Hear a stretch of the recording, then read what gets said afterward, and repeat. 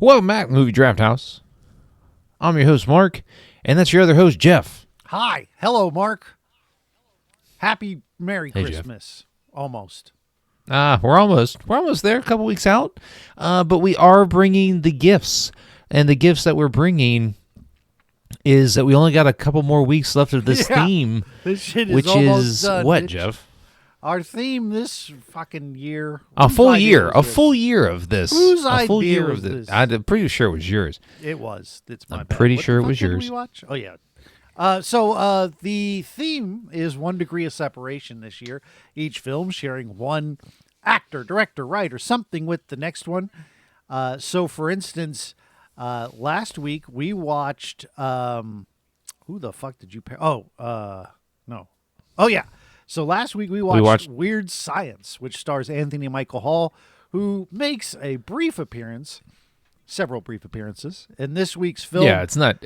It's fine. It's 1 degree. It's recurring. We never really said... Yeah, it's recurring. Like, I took Robert Downey Jr., who was in a clip from a movie in another movie disguised as another movie. I know. You cheated. That's it. I mean, it's... I don't give a fuck.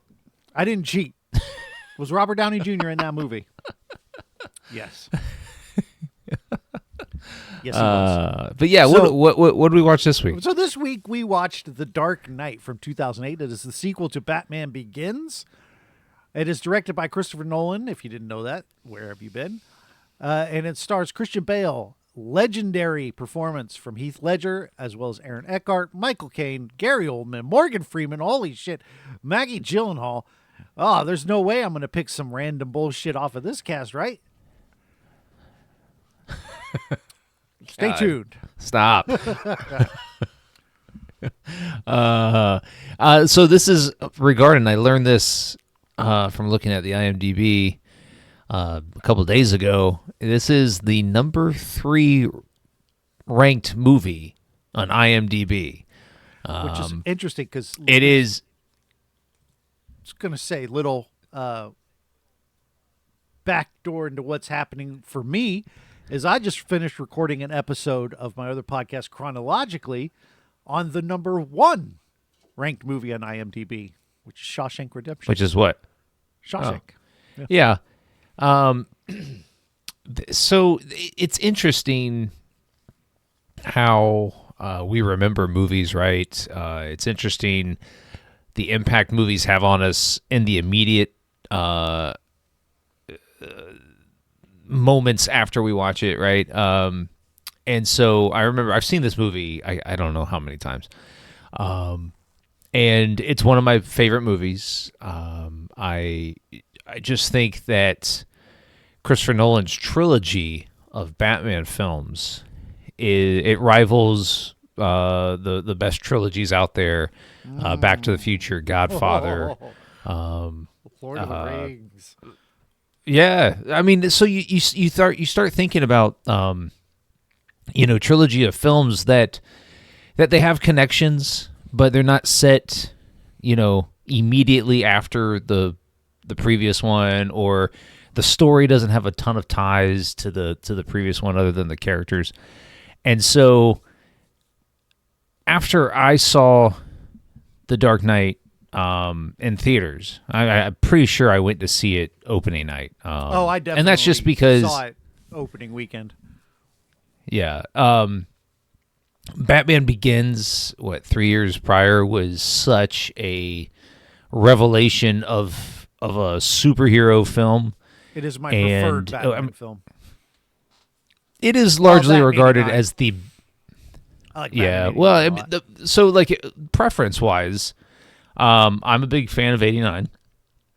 The Dark Knight probably beats out Batman Begins for me, but in film circles, Batman Begins is largely regarded as the better film, right? The better story, the better characters, just a really grounded origin story. And so when it was announced that Heath Ledger was going to be cast as the Joker, and we get at the end of Batman Begins, you get a kind of a teaser of what's to come with the Joker card that Gordon gives Christian Bale or Batman, and so you get this, you get excited for what's to come, and then I remember, the discourse around Heath Ledger being cast as Joker. Me too. And a lot of people were, just pissed. They were pissed. Oh, they were upset. Yeah. But you know who wasn't pissed? And I don't like to do this. Yes, I do. I like doing this a lot. I wasn't. And I'll tell you why. Because I had watched him in The Brothers Grimm. And I was like, this dude can act. Yeah. And I was just like optimistic about what we were going to see. I didn't know how good it was going to be, but. I think at the time, Heath Ledger had just started, his popularity had just started to peak, but he was largely regarded as kind of maybe not romantic comedy, but a playboy, heartthrobby kind of guy. Heartthrob. That's a good word. I mean, he was in Brokeback Mountain, which did he win an? No, I don't think they got any Oscars for that one. There were some. Oh no, it did win Oscars. But so that was a big deal. Best performance. He got nominated for alongside Jake Gyllenhaal for Brokeback Mountain. So he's on his way up, Yeah, he was I don't know if you ever saw the movie Lords of Dogtown, kind of an ensemble movie, but a very realistic portrayal of kind of the founders of skateboarding. Mm-hmm.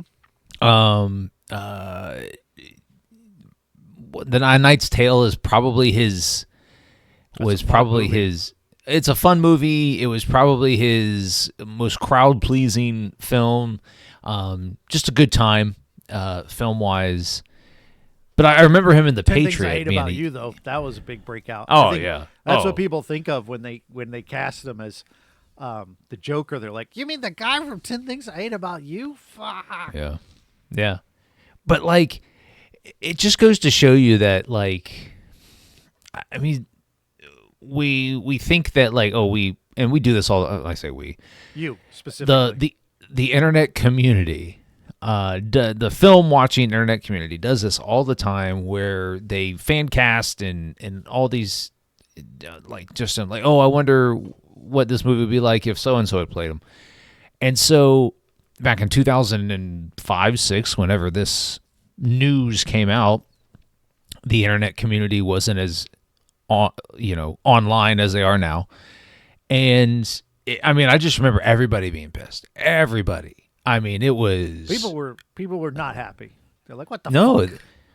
And the only other actors that they had to go kind of compare to was Jack Nicholson and Cesar Romero for live action Joker portrayals. And Jack Nicholson, his performance as Joker is kind of iconic, just because he's playing Jack Nicholson as the Joker as Jack Nicholson. But in the '89 Joker, he is the film. And that film was such a success, and it was just such a good movie and such a good portrayal that you're like, ooh. A grounded, realistic portrayal of Joker, but with Heath Ledger. And so, when the movie finally came out, and we get Heath Ledger, or maybe the trailer. I don't know. I don't remember if the trailer had. What I remember was an image of him in the makeup, but it wasn't like full makeup. It was like he had the prosthetics on, but not the actual clown makeup. So it was like skin tone, and it was like this dark. And it was the first time you're like, oh shit, this is going to be dark. And that's when people started turning. They're like, oh, this is going to be different than we thought it was going to be. Yeah. And and Christopher Nolan's such a good filmmaker that he kind of, and he's built my perception of him over time. But at the time, people really didn't have that much Christopher Nolan to go off of. And, Batman Begins was a huge success. And so people were kind of like, okay, we're going to, he cast this guy. Okay, we saw him in the trailer.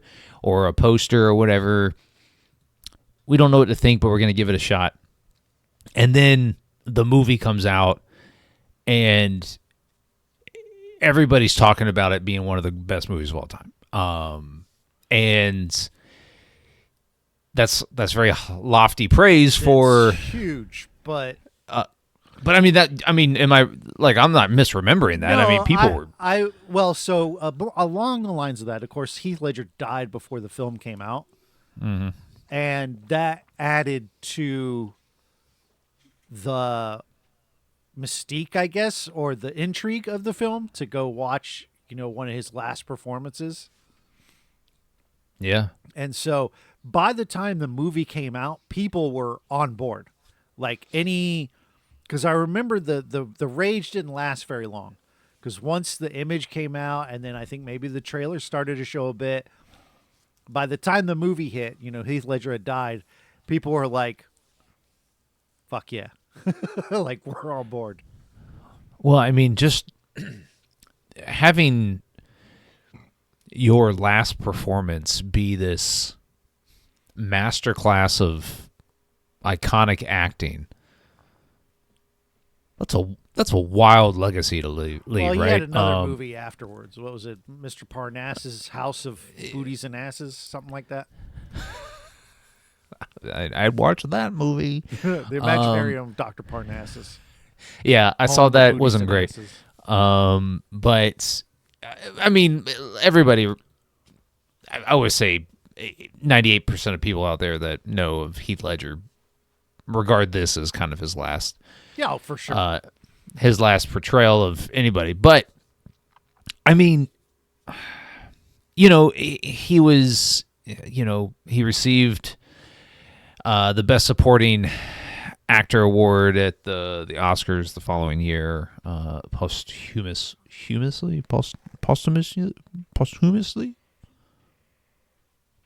Posthumously, yes. Posthumously, there you go.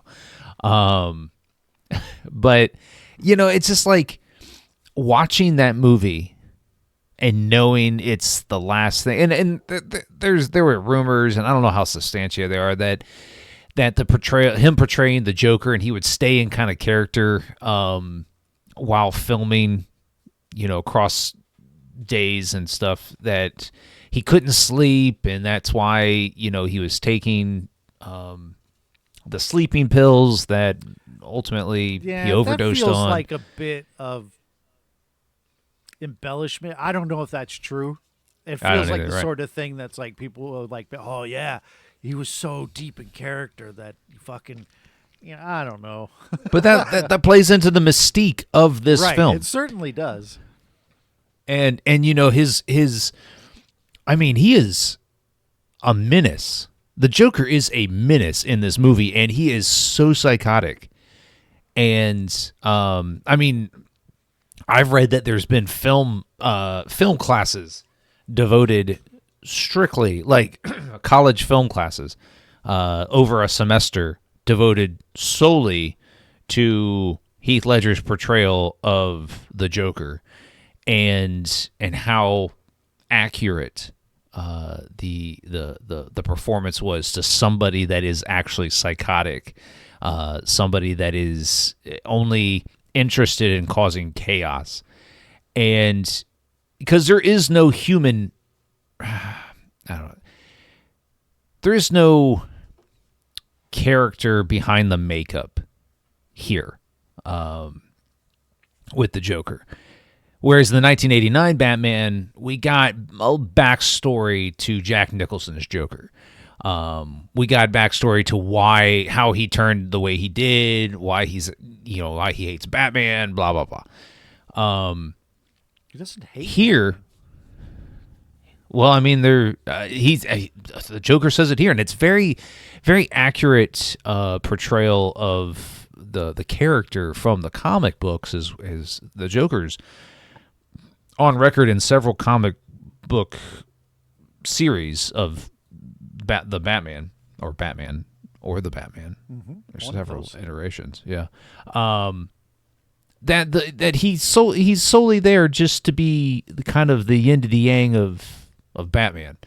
and that's such a unique character, right?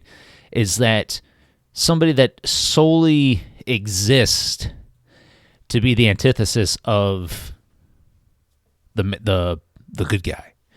And I just think, man, Heath Ledger just, I mean, knocks it out of the park. I mean, there's nothing that we can say that is groundbreaking here, is because it's already been said, is because this movie is, what, 20 years old now? Yeah. And which is hard to believe Almost, that Heath yeah. Ledger's been dead that long. But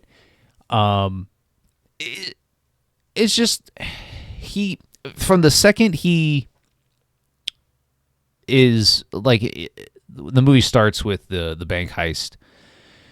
And it's such a cool bank heist is because of how it plays out. And, you know, the bank guy from Armageddon, whatever his name is, you know, he tells the Joker, who he doesn't know is the Joker, do you know who you're stealing from or whatever? And the Joker says something along the lines of, yes, I hope so, or whatever. And he gets on the school bus, and the school bus enters the line of other school buses, and that's kind of your introduction to who It's this... an iconic opening segment, for sure. Like, one thing is that they give you the Joker right away, right? Like, you could have done, I think of like Godzilla movies or anything like that, where it takes its time getting to the monster. And this movie didn't do that. Like, I mean, they gave you some lead time, right? Because he's in the mask the whole time. You don't know who he is.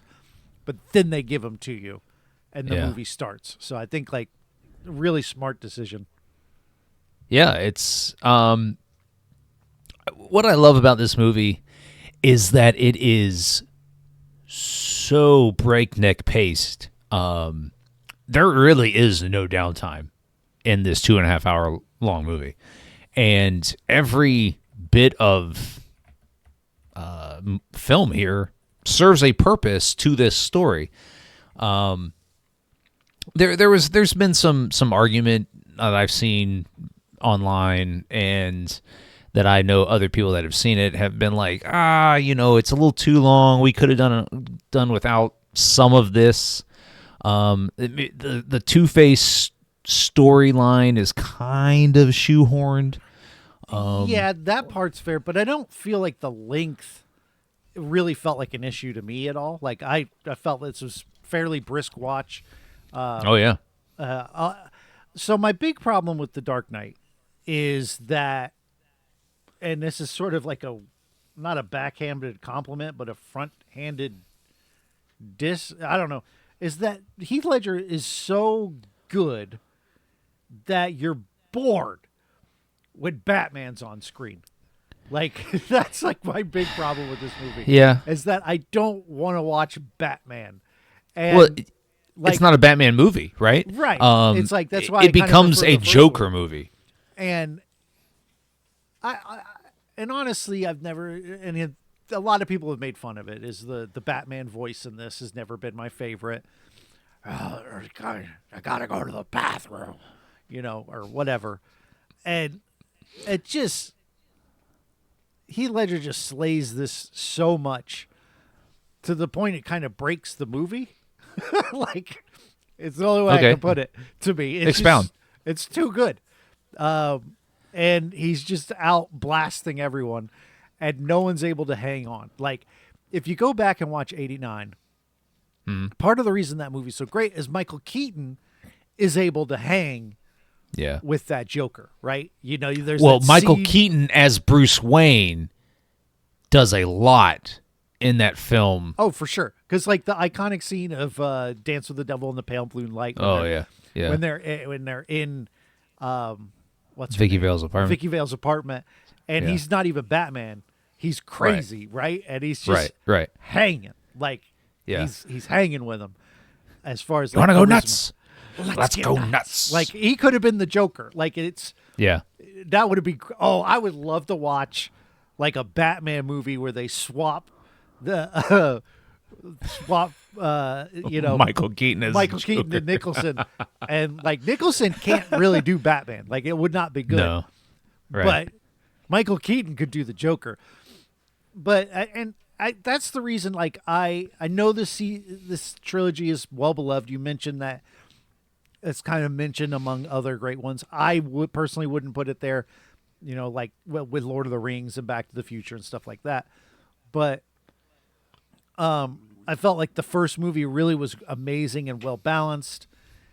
And when I come back to this movie, I always feel like really all I want to do is fast forward to the Heath Ledger parts.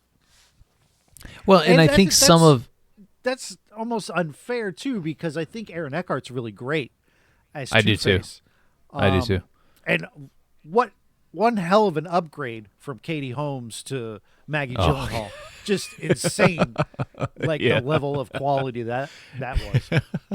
and I don't even remember why Katie Holmes didn't come back for the. He probably watched the movie and was like, because like I'm not trying to disrespect her, but she's not. She's not a great actress. She's not. And Maggie Gyllenhaal is a really Maggie good Gyllenhaal's actress. really good. Yeah. So it's so. And I think Batman Begins, if you look at Batman Begins, that's a Christian Bale movie, right? He gets a chance to really kind of immerse himself as Bruce Wayne, becoming Batman. And then in The Dark Knight, his performance is absolutely overshadowed by Heath Ledger. And the movie, and I agree with you, the movie does suffer when Heath Ledger is not on scene. Almost to the point where, like you said, you want to fast forward the movie to that. And I think it's in those moments where, like maybe this movie could have been shaved down a little bit, where the Joker gets more screen time. And honestly, if Christopher Nolan had known that he was getting, I mean, he probably did. He probably thought this was an iconic performance, but yeah, because he takes up a good portion of the movie, right? Like, oh yeah, I do agree too. Is that I feel that the whole Harvey Dent thing could have been saved. I feel like the Harvey Dent storyline probably could have been the third movie. Well, I think you maybe start with Harvey, right? Like Harvey's in this movie, so like in Batman '89, they had casted Harvey Dent, but it was Billy D. Williams. But they never actually got to do. They ended up going with Tommy Lee Jones later, right? One day I would have loved to have seen that Harvey Dent, Two-Face, but because Two-Face is one of my favorites. Everybody's favorite's the Joker, but Two-Face is one of my favorites, and I felt like they really did a great job. Aaron Eckhart was great as Two-Face. Yeah. I think the look. Yeah. I mean, the CG at the time, I was like, damn, that's amazing. Nowadays, it's not bad by any stretch, but it definitely, you can see the seams a little more. Well, there's the one scene where I was like, of all of it, because Christopher Nolan's known as a very realistic movie maker. He uses full-fledged sets, actual prosthetics, all this stuff. And the one scene where he goes like kind of full CG, it's where Aaron Eckhart's face is on fire. And but how do you absolutely, do that? it does not hold up. And I'm like, ooh, but then the rest of the CG with his half burned face is really good. It still holds up, I think. Yeah. But like we get Two-Face, the character of Two-Face, for maybe 30 minutes, and a lot of the movie, if that, focuses on 30 minutes of Two-Face, whereas the Joker's kind of relegated to his they capture the Joker, and then you get this whole other sequence. Yeah. That I don't know that you really care that much about. Like I didn't, right? I agree, and I think that had they moved him to another movie, or like start him here, and then maybe. You end with him getting burnt or whatever. Well, and then you're like, oh shit, we know what's going to happen. I did read that Heath Ledger died before the production had wrapped on this movie, and what I remember reading is that Nolan didn't really want to end the movie with Joker, knowing that, I don't Well, remember. they kept Joker alive too, right? Well, And so that right. was the other thing is like he could come back. Right. I think the pacing towards the end of this movie is a little weird. I hate the ending. I hate it. I hate we can't. The Harvey Dent was the best of us. Oh God, we can't have him be known as this. You got to take the fall for him, Batman. You got to. It's the only way. I hate it. It doesn't make sense to me. Like, this is New York City or Chicago or whatever Gotham is supposed to stand in for. Yeah, Chicago. I think they can handle corruption. I think they've been handling it a long time. Well, I think they will be okay. Batman does not need to take the fall for this. I hate the ending to this movie. Well, so Christopher Nolan harps on ethics in this movie, right? Where is the ethical line that you're okay with going right up to, right? Yeah. And I didn't really like that because, yes, Batman is an ethical type character. I just don't think the character of Batman, is hellbound by ethics, right? He's not tied to his ethics, because if he was, Batman wouldn't exist. I just think like the whole subplot of the sonar cell phone shit, where this technology is created, and there's a lot of political commentary in this, because it had a lot to do with what the president at the time, and a lot of shit that was happening with war on terror and all this other bullshit. But I didn't really feel like that fit, is because when Lucius Fox is talking to Batman in the greatest Batcave of all time, this hangar of lights. Yeah, this is not the great. Was that sarcasm? Yeah, it is. Sarcasm. It's an empty fucking room. But I like it, is because it's that contrast of light versus dark. Makes everything Batman. You gotta pay people, unless Batman. I guess it could have been Batman in his free time ran all the electrical for this fucking idea he had for insane amounts of fluorescent lights, which is awesome. I mean, I believe Christopher Nolan was doing that. He did this on purpose, obviously, right? Sure. Is so that everything Batman stands out in this room of white. He's the light, he's the Dark Knight, but he's the bright white right. knight. Right. There's a lot of artsy stuff going on here.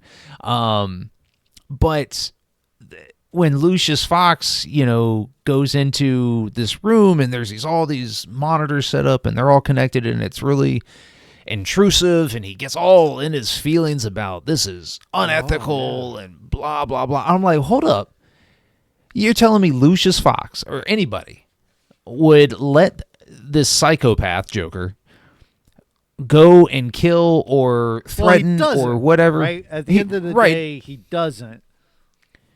No, but like the thought process of, I'm only going to do this for you once. It's like, no, bitch, you're going to do it out of necessity. Bitch, I'm Batman. You're going to do this out of necessity, because if you don't, people are going to die. And like, I didn't quite get like the Lucius Fox sitting up on high, kind of being the conscience of Batman. I mean, the guy outfits the vigilante, right? Right. I mean, ethics. No, I didn't like that. I didn't like the fight sequence in the skyscraper with the sonar. And I get it. It's Batman. He's all about his gadgets, right? And that doesn't make or break this movie for me at all. It's just, these are nitpicks that, looking at it from a critical lens, right? These are the things that I find problematic for me, is because then the Joker fight is very quick. It's,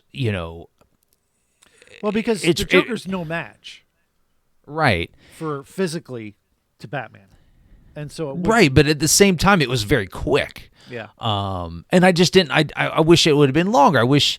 And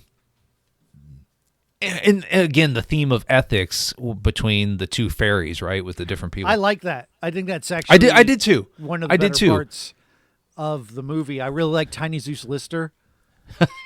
Coming up and being like, "Give me that." I'll do. When he popped up, I was like, "Oh, Jeff is gonna pick some bullshit with this guy next." Yeah, baby. We're gonna watch. Shit, what was that? How you Barred with Hulk Hogan. Yeah. What's the third film in the trilogy of the cell phone movies? Cell phone movies.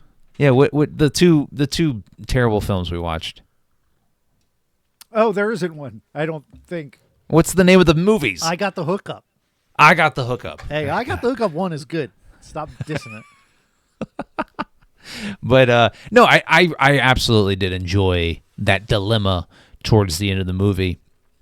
I just kind of wish maybe it had played out differently. Maybe there had been some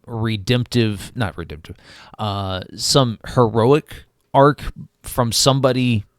I mean, I know, like, old Tiny, he kind of has this heroic moment where he's like, I'll do it. And he throws it out the window. It almost doesn't. But I just he almost because he's got cuffs on and it hits the window and luckily bounces out. But when it bounced back in and then people dove for it. No, it's just we got several different endings to this film, I think, in this movie, where any of them would have been fine. I just think we got probably the worst of the two or three endings that were in this movie at the end of the movie. Yeah. And I think, again, I really enjoyed Aaron Eckhart as Two-Face. I really enjoyed him as Harvey Dent. Oh yeah. And if he had just spent the entire movie as Harvey Dent, and then third film sets him up as Two-Face, I think it would have been much better. Or even if we got, the Harvey Dent story over, or the arc over in the first half of this movie, and then focused solely on the Joker in the second half, I think that would have worked as well. It's just these two characters like Harvey Dent and Joker, take turns being this supporting villain. Yeah. And that formula doesn't really work for me. Even though I thought both performances, obviously the Joker or Heath Ledger's performance was really good, but I thought Aaron Eckhart's performance was really good too. I just the film felt like it could have ended in different spots. And I think we said the same thing about the second Spider-Verse movie. No, it's just I didn't. I love that movie. Well, it's a good movie. It just you kept feeling like, okay, end it. I didn't. I was like, okay, shit, the movie's end it now. It's going to go on forever. This is the best. That's how I felt. I love that movie. And I'm sure there's people that watch this and feel the same way about this movie. It's because you're getting. I'm the guy who doesn't bitch about the ending of Lord of the Rings. I love all the multiple endings in Lord of the Rings. Well, and there's a lot of fan service in the third one, right? Return of the King. There's a lot of just. I thought the Fellowship of the Ring, by and far the best of the trilogy, and then every film after that just kind of tries to replicate how we felt at the end of the first one. But I disagree. But it is the best one. Fellowship is by far the best one. Yes. But I mean, you get iconic performances down the line here. You talk about Michael Caine. Michael Caine is fantastic. He is I think by and far the best Alfred we're ever going to see on screen. I mean, okay. I can't. I just disagree. I actually can't disagree until the next one. Is one of the I do good too. parts of the shitty movies. And Jeremy Irons does give me the Alfred, because Alfred's supposed to be former special forces, all this. Yeah.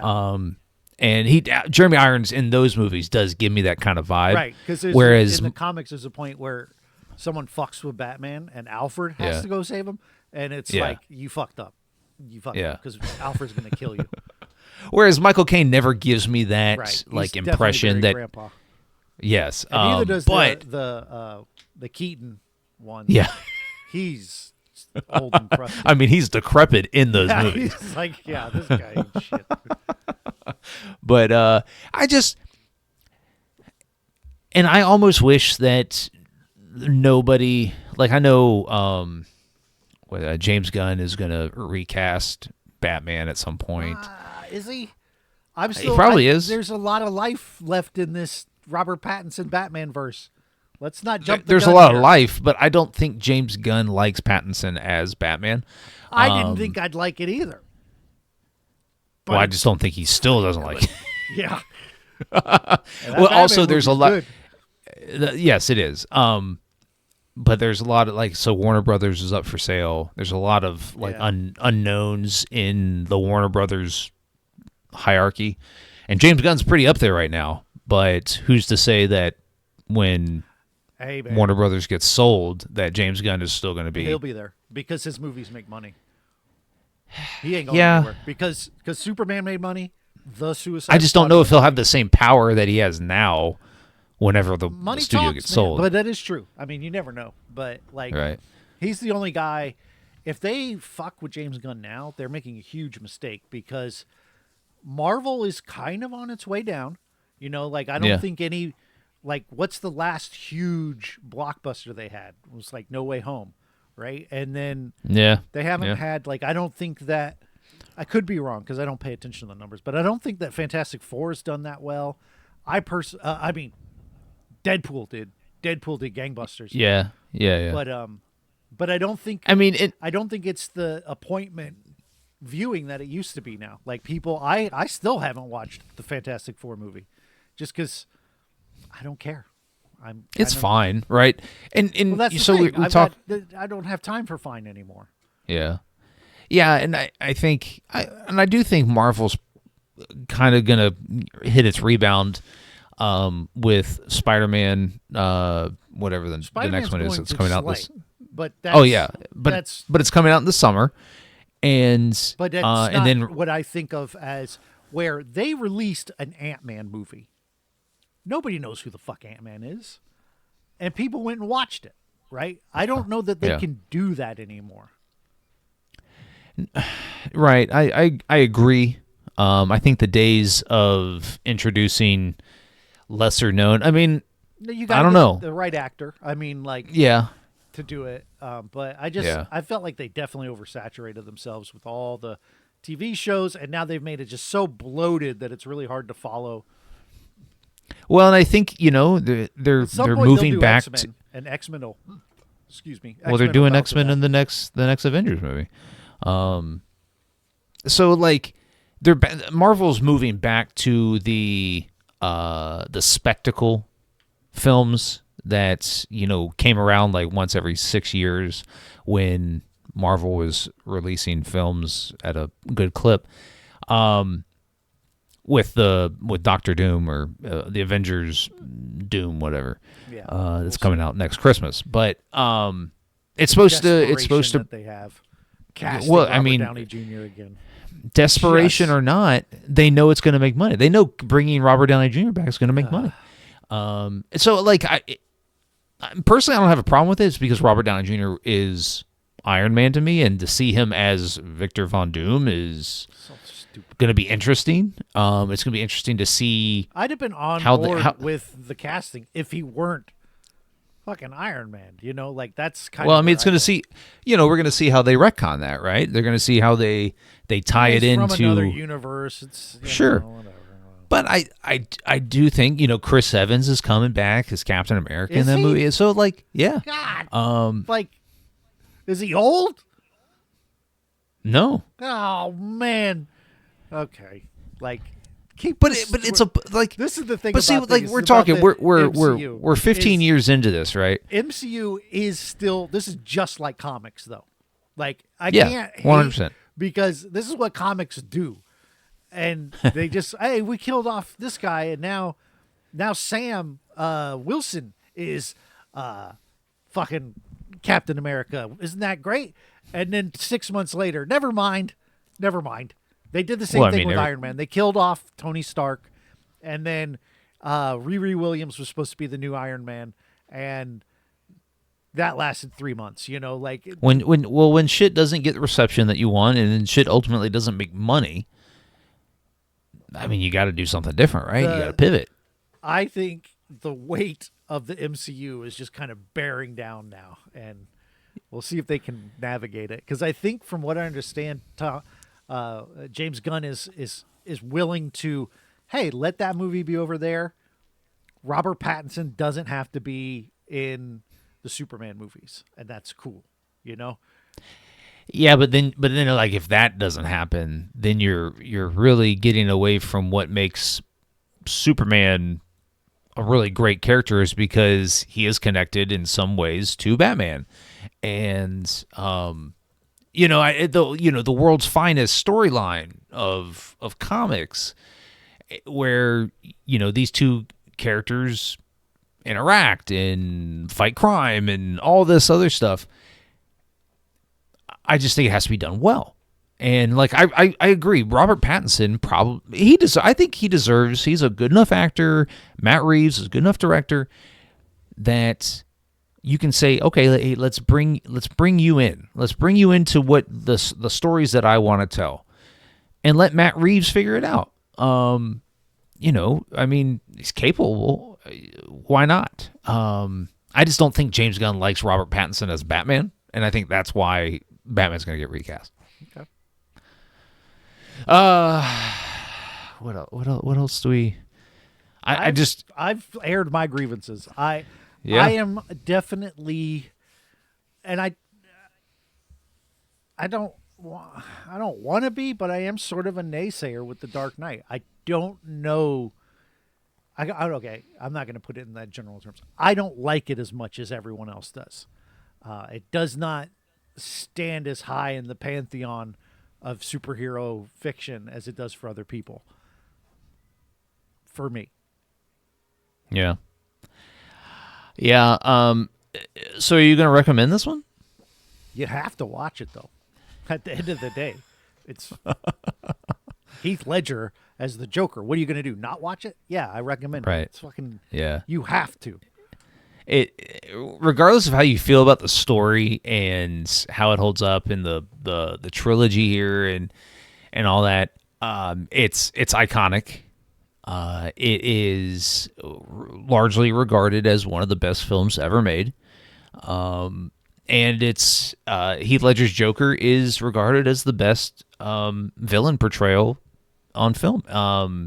And that's just not me in hyperbole. That's a consensus amongst people that watch movies. And you really can't say if it's right or wrong, but I think it's worthy of the conversation. I think, the Joker is up there with Darth Vader and who else? As far as villains go, fucking Jaws. No, right? Not the shark. The shark is the villain. No, I was thinking your Hannibal Lecters. Yeah, that sort of thing.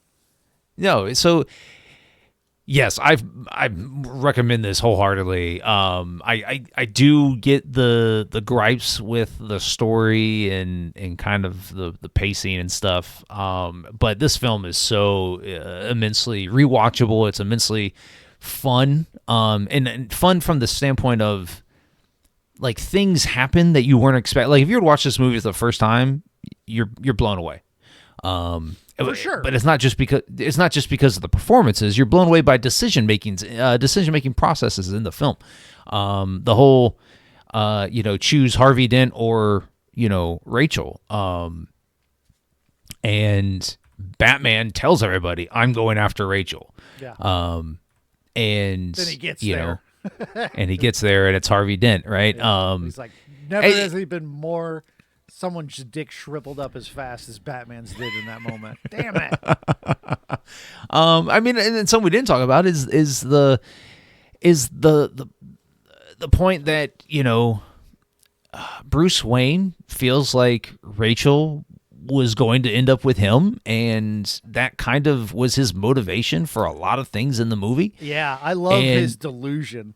Like, don't tell Harvey this. Right, don't tell Harvey, but she's good enough with me. And then fucking Alfred's like, yeah, I'll just take this letter. Yeah, let's go ahead and burn this letter. This. You're too much of a baby bag bitch to handle the truth. I gotta burn it. Fuck off. It's just, it's such a wonderfully. Bruce Wayne's a fragile little man. You know that, So yeah, I mean, you see that in the first movie, is that he has to kind of like build himself up to become Batman, and in the third movie, he's a little baby bitch too. And he's got to, bro. Like he's got to train himself again to become the Batman, and I don't think Christian Bale's the best Bruce Wayne. I've never really thought he was that hot in this role. Like, to me, Keaton he plays is the king. Yeah. I mean, not counting Kevin Conroy, rest in peace. But Keaton's the king to me. Like he. Nails but both. I mean, if we're talking about like just simply billionaire playboy type, George Clooney, right? I think George Clooney's Batman would make Christian Bale's eat shit. Like, he'd hit him with the Bat credit card, and listen, George Clooney as Batman could have worked. Yeah, I agree. So the big problem with that movie and Forever is that they've set it in the same universe, and I think that was a mistake. I think if you do Batman or Robin and you really push in to that West version of Batman and make it a comedy, like if you did a Batman and Robin but it was like 21 Jump Street, I think it could be really funny and really good, like to do an Adam West style Batman movie. But that's just me. I mean, Channing Tatum as Batman? Like, I agree. You'd have to have Channing Tatum grow his hair out, but oh darn, that's going to be really hard. What do you mean grow his hair out? What? I don't know what he looks like with hair. Every movie he's in, he's got a shaved head. He doesn't have to. Bruce Wayne can have close cut. Again, we're just making a comedy here, and then you get Michael Cera to play Robin, even though he's already played Robin in the Batman Lego movie. But maybe not Michael Cera. It'd be. I think maybe you get. Like, listen, I would see that movie. I would see it. God. You'd have a hard time. You'd probably have to like self-finance it, but no, I think it would work, man. I think it's Channing Tatum comedy Batman movie. And you bring back Jonah Hill as a penguin, and you put him in that shit.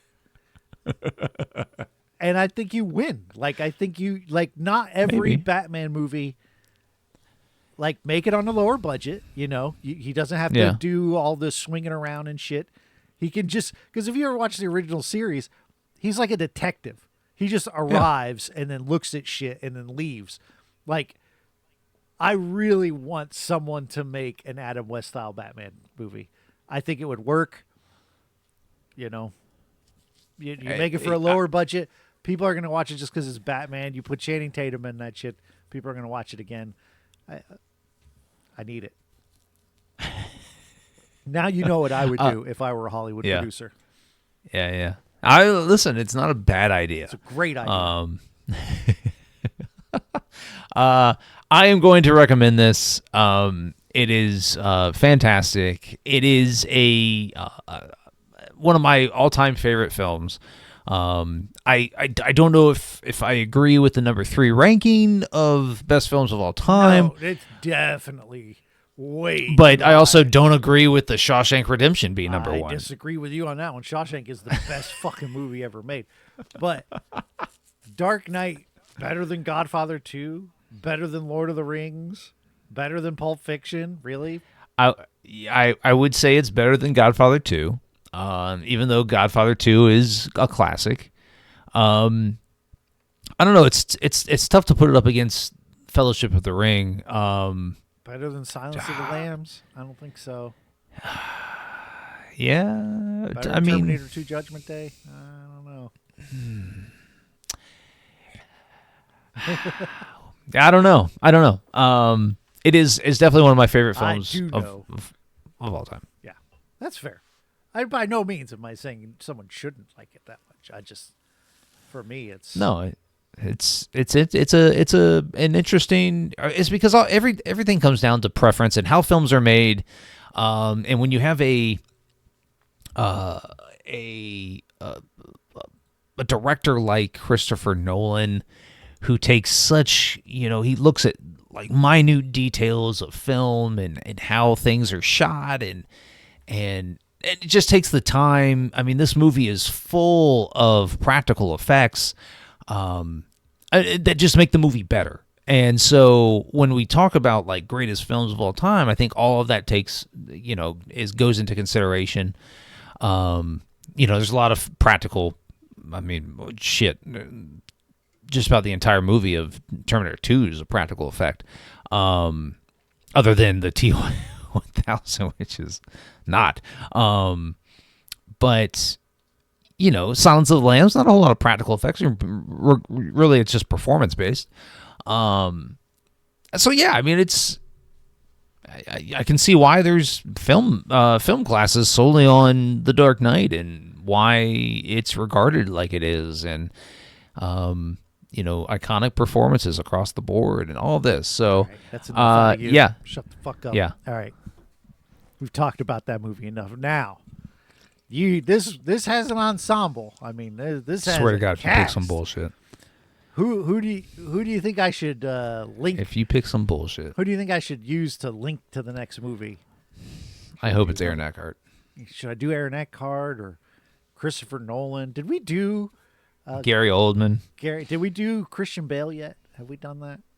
Like he's been in several of our films, but I don't think we've ever used him as a connecting. I don't think we've used him this year. This is the only year we've done this.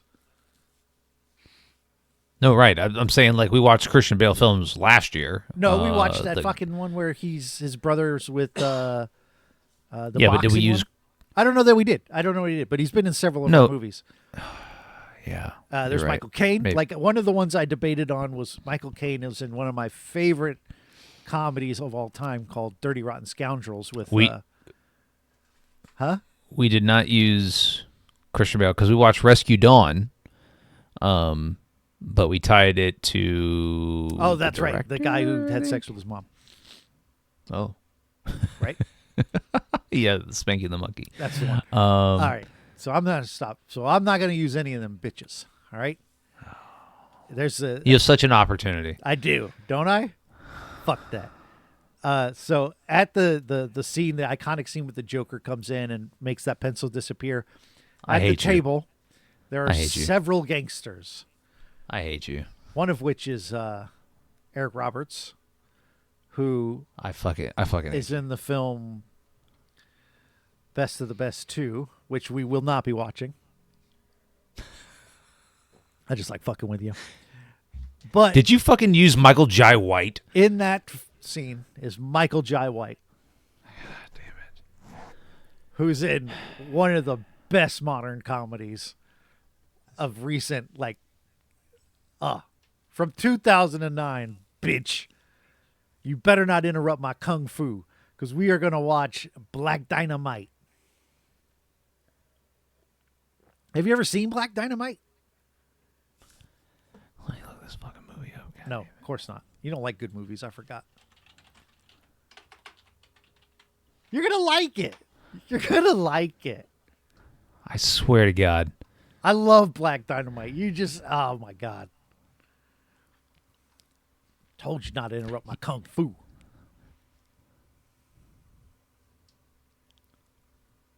What? All of the motherfuckers in this movie. What? Arsenio Hall? Tommy Of all the motherfuckers in The Dark Knight, you picked yeah, Michael Jai White. Hell yeah. With some bullshit. No, you haven't watched it yet. Black Dynamite is the shit.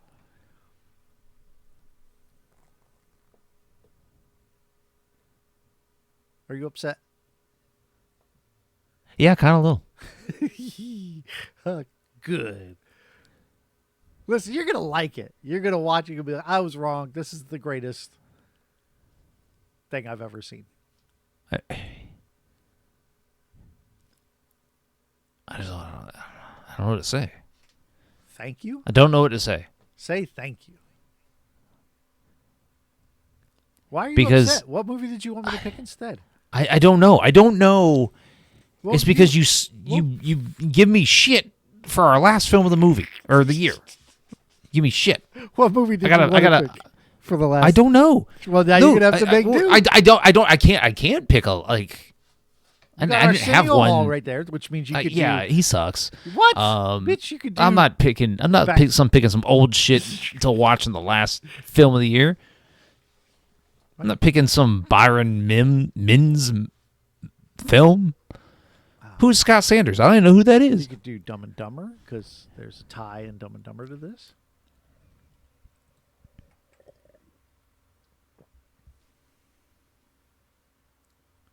I'm gonna pick some shit. I'm gonna find some shit on this. You do it anyway. I mean, there's a lot of actors in this movie, you so can do the original Karate Kid. No. There's a tie to A House of 1,000 Corpses. You talk about picking shit. You made me watch that fucking shit movie directed by Rob Zombie. No, we're gonna watch some shit. We're gonna watch some shit you don't want to. That's what I do every other week. Is watch shit I don't want to watch. I picked a good fucking movie. When? With a lot of people to When? pick from that had ties all over the place, and you went down the cast list to Michael Jai White. Bruh.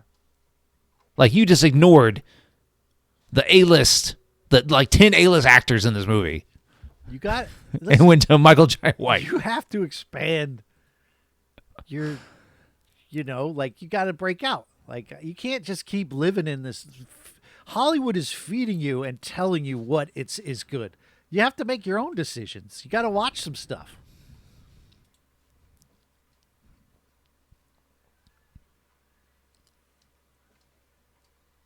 We're gonna watch some shit. I dare you. You won't. You won't pick some shit because I'll watch it.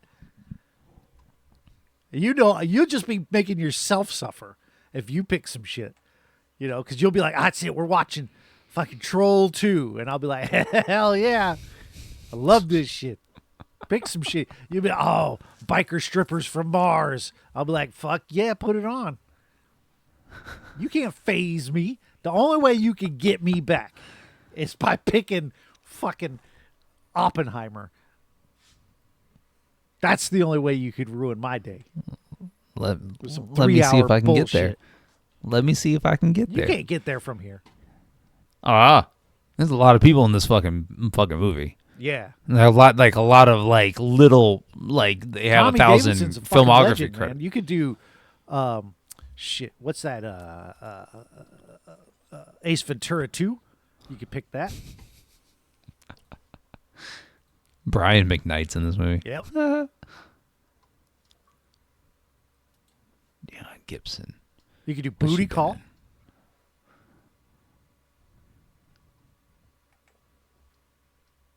Daryl Heath.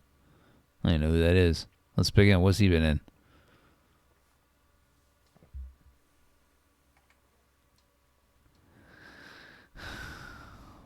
Anyways, join us next week as we watch this bullshit Black Dynamite. Check out the video because you're going to want to see. I can't see it, but I'm looking forward to seeing Mark's face because I actually didn't expect this visceral of a reaction from you. I had a reaction for sure. I really didn't. I thought for sure you'd be like, "Oh, this is just Jeff being Jeff," but no, you really thought I was. Oh, for sure, this is Jeff being Jeff, but on thought that I was times 1,000. Pick one of these actors. Like, when has that happened? When do I do that? Like, I always dig for the garbage, but Black Dynamite's not garbage. Black Dynamite is the shit. I unironically love it. It's fantastic. And you're going to love it too. You're going to apologize me a week from today. You're going to apologize. You're going to be like, my bad. Probably not, though. We'll see. Because you don't actually like comedies. We'll see. If I enjoy the, is this, like, see, that's the thing. Is like, I am not a comedy watcher of film. I will watch comedies. I have liked comedies in the past, but I don't seek out comedies and be like, that's my jam. So we'll see. This is how this season goes out, with a whimper.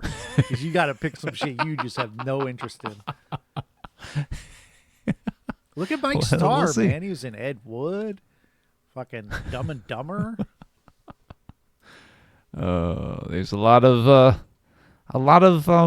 options to go with here. We'll just have to see what's the best option. You just pick a lot of these folks have been in Hollywood a long time, and they've been in a lot of movies. They're just in smaller roles. Yeah. Give it a chance, man. Yeah. That'll be fine. That'll be fine. What's also fine is if you hit the subscribe button when it pops up if you're watching here on the YouTube. So give us a like, follow, and subscribe there. So you don't miss any future content here on the channel. If you want to follow the podcast on all your favorite social media platforms, we're on Twitter, TikTok, Instagram, right here on YouTube. So like I said, give us a like, follow, and subscribe. Jeff, tell them where they can find you. You can find my other podcast called Chronologically. You can get it wherever you find your podcasts.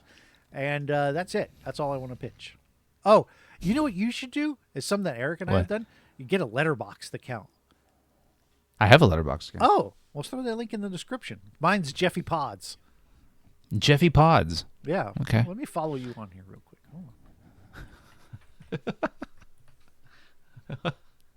What's your name on the thing? I gotta go to it. I think you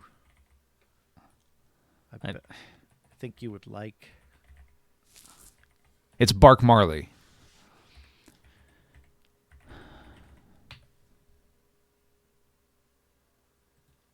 Anyways, Jeff, any last words? Look, he says he likes The Dark Knight. No, I don't have last words. Don't interrupt my kung fu. Watch Black Dynamite. You're going to love it.